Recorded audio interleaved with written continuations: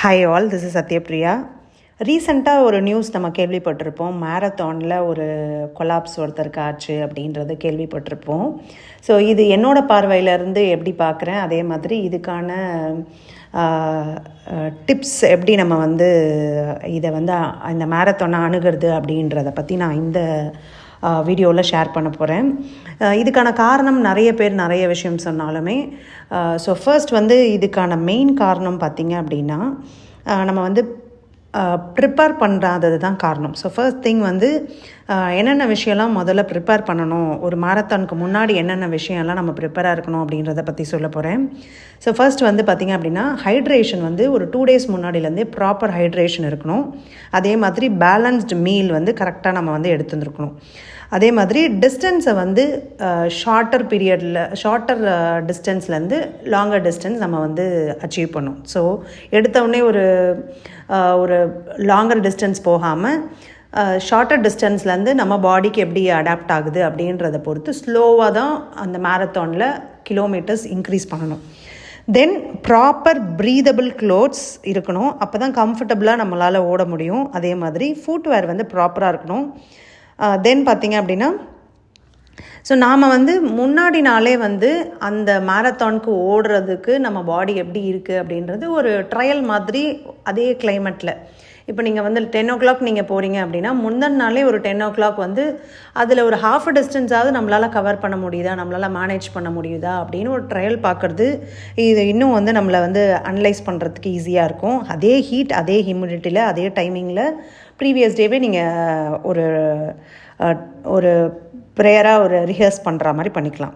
So அதுக்கப்புறம் வந்து இந்த டைமில் வந்து நம்ம என்ன மானிட்டர் பண்ணோம் அப்படின்னா, ஏதாவது ஃபெட்டிக் இருக்கா, இல்லை சோர்னஸ் இருக்கா, இல்லை ஏதாவது அன்யூஷுவல் டிஸ்கம்ஃபர்ட் இருக்கா அப்படின்னு அந்த ட்ரையலில் நம்ம வந்து அனலைஸ் பண்ணுறது ரொம்ப ரொம்ப இம்பார்ட்டண்ட்டு.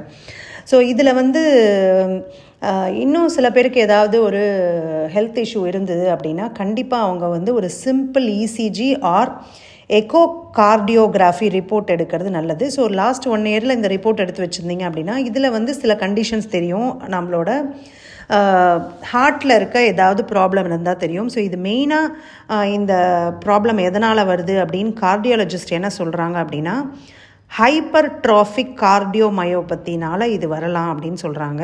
ஸோ இது மெயினாக எந்தெந்த சைன்ஸ்னால் வருது அப்படின்னு பார்த்தீங்க அப்படின்னா, எக்ஸசிவ் ஃபேட்டிக் இருக்கலாம், அதே மாதிரி செஸ்ட் டிஸ்கம்ஃபர்ட் இருக்கலாம், அதே மாதிரி ஷார்ட்னஸ் ஆஃப் பிரெத், அதாவது மூச்சு விடுறதுக்கு நமக்கு வந்து சிரமமாக இருக்கலாம்.